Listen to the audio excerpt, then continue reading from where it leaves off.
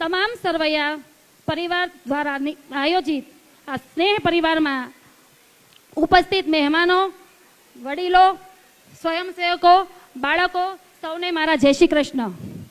અમરેલી જિલ્લાના, સૌરાષ્ટ્રના અમરેલી જિલ્લાના બાબરા તાલુકામાં આવેલા રાયપર ગામના સ્વર્ગવાસ લીંબાભાઈ કાનજીભાઈ સરવૈયાના પુત્ર સંજયભાઈ સરવૈયાના પત્ની ઉષાબેન સરવૈયા આપ સૌનું હાર્દિક સ્વાગત કરું છું.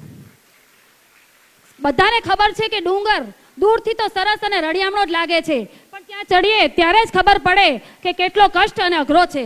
તેવી જ રીતે આ સ્ટેજ દૂરથી તો સરસ અને નાનો જ લાગે છે, પરંતુ અહીંયા આવીએ ત્યારે જ ખબર પડે કે થરથર પગ કેવા ધ્રુજે છે. તો આપ સૌને નમ્ર વિનંતી કે હું ફક્ત 5 મિનિટ લઈશ, તો આપ સૌ શાંતિથી સાંભળશો એવી જ મારી આશા. આજે તમને હું સ્ત્રી વિશે એટલે કે ગૃહિણી વિશે કહું છું. ગૃહિણી એક પરિવારનું અનમોલ મોતી છે, જેના વગર જેને સમાજમાં કોઈ માન્યતા અપાતી જ નથી, જેને પરિવારમાં જેનું કોઈ સ્થાન જ હોતું નથી. સ્ત્રીઓ માથે કેટલી જવાબદારી હોય છે, જેમ કે માતા બનીને બાળકને જન્મ આપવો, બહેન બનીને ભાઈની સંભાળ રાખવી, પુત્રી બનીને બાપનું નામ રોશન કરવું, વહુ બનીને પરિવારની સંભાળ લેવી અને પત્ની બનીને પતિનો સહારો બનવો. આવી બધી જવાબદારી નિભાવનારી એટલે સ્ત્રી. મને તો મારા પરિવારનો પૂરેપૂરો સાથ મળ્યો છે, એટલા માટે જ હું આ સ્થાન ઉપર ઊભી છું. મને મારા પરિવારના સાથ મળતો હોવાથી હું આ સ્થાન ઉપર ઊભી છું. સ્ત્રીની તાકાત, બધા કહેતા હોય છે કે સ્ત્રીની તાકાત સ્ત્રીની બુદ્ધિ પગની પાણી જેટલી હોય છે. હશે કદાચ, ત્યારે તો એને ખબર પડે કે ક્યાં ડગલું ભરવું અને ક્યાં ન ભરવું. મારી ભાષામાં સ્ત્રી એટલે એક અગરબત્તી, જેમાં ધીરજ પણ છે અને આંખ પણ છે, જે પોતાની જાતને બાળીને આખા શરીરને બાળીને પરિવારને સુગંધિત કરવાની તાકાત ધરાવે છે. સ્ત્રીનો ઉપકાર આપણે તો શું ભગવાન પણ ન ચૂકવી શકે. સ્ત્રીની તાકાત એક કીડી જેવી હોય છે, જે ખૂબ તનતોડ મહેનત કરે છે, ખૂબ પરિશ્રમ કરે છે. સ્ત્રી આખા પરિવાર માટે તનતોડ મહેનત કરતી હોય છે, છતાં પણ એને કોઈ પગાર કે રજા નથી મળતી. તે આખા પરિવાર માટે ખૂબ જ દિવસ રાત ખૂબ જ મહેનત કરતી હોય છે. પરંતુ બધા માટે ફક્ત એ મહિલા જ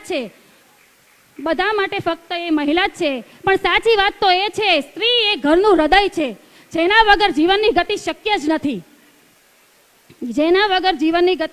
નથી. સ્ત્રી તો સૌને ગમે છે, તેનો પ્રેમ પણ સૌને ગમે છે, તેની સુંદરતા પણ સૌને ગમે છે, પરંતુ તેની સ્વતંત્રતા કોઈને જ ગમતી નથી. સાચી વાત તો એ છે કે એની સ્વતંત્રતા એ જ એની સફળતા હોય છે. સ્ત્રીને ઘણા લોકો કહે છે કે સ્ત્રીનું ઘરમાં કોઈ સ્થાન જ નથી હોતું, પણ સાચી વાત તો એ છે કે સ્ત્રી વગર નું ઘર નથી હોતું. હજારો મોતીથી માળા બને છે, હજારો ફૂલોથી માળા બને છે, હજારો દીવાથી આરતી બને છે, હજારો ટીપાથી સમુદ્ર ભરાય છે, પરંતુ ફક્ત એક જ સ્ત્રી ઘરને સ્વર્ગ બનાવી દે છે. આ સ્ત્રીની સાચી ઓળખ ક્યારે થઈ ખબર છે? કોરોનામાં.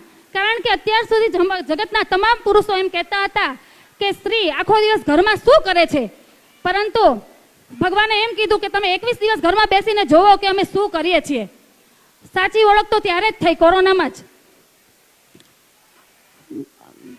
એટલે હવે છેલ્લે હું મારી વાણીને વિરામ આપતા એક વાક્ય કહીશ કે જિંદગીના રંગમંચ પર રિહર્સલ કર્યા વગર દરેક ભૂમિકાઓ સફળતાપૂર્વક નિભાવતી ઈશ્વરનું સર્જન એટલે જ સ્ત્રી.